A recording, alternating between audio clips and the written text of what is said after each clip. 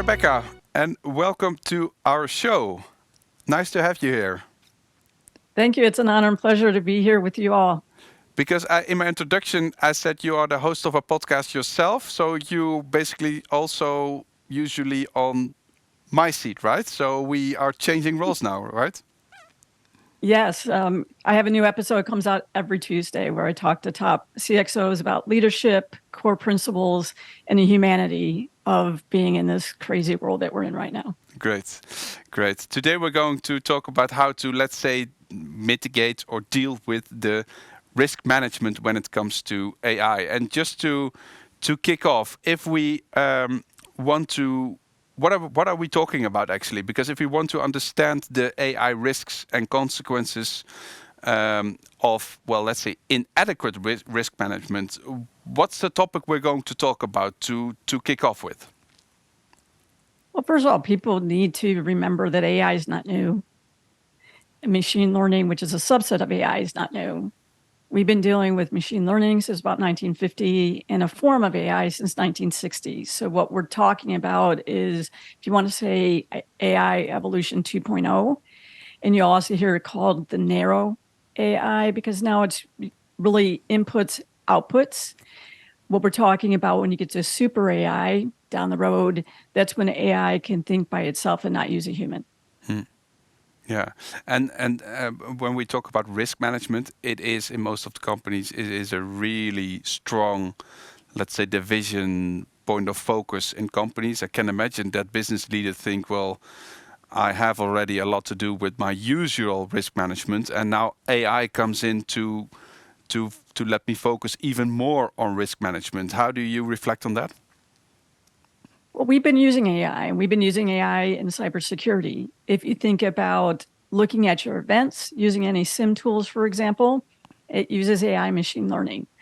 You're taking a bunch of data, correlating the data, and trying to figure out what are the top risks hitting your network that you need to look at first. So that part's not new. Been doing it in networking, been doing it on the firewalls and things like that. What's different is now we've expanded that basically anybody in the organization is using it. It used to be cybersecurity, as I said, networking would use it. We would have marketing use it to a bit, looking at content creation, but now anybody can use it. So really, if you thought about shadow IT, now you have shadow AI. Who is using it? What data are they putting in there? So you got to really look at what data is leaving your organizations. There's been some research done that said maybe 8 to 12% of your data is leaving your organization without your knowledge going into these AI tools, which makes it pretty much public domain. It's hard to claw that information back.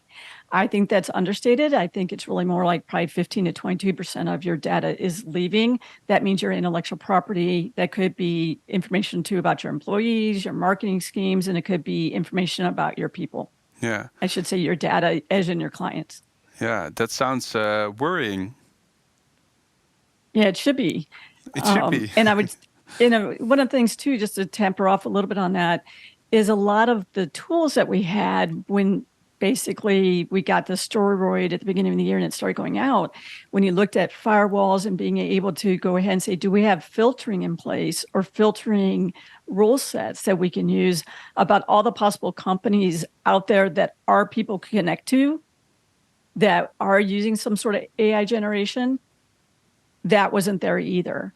So I tell people you have to really partner very well with those who are handling those top line tools. And you have to be very proactive to see, watching your network, to see all the different tools that individuals out there might want to use.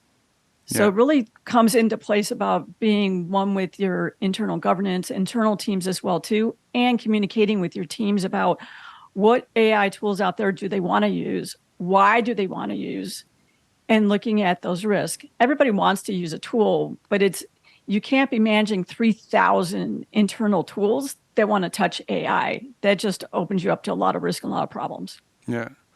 In my introduction, I said I'm rather on the positive side. My glass is always half full. Also, when it comes to new technologies and new developments, and in the AI landscape we're in right now. The other end, there are many risks coming up as well. Where are you on the scale of, let's say, positive, optimistic, or rather seeing the risks and a bit worried, perhaps?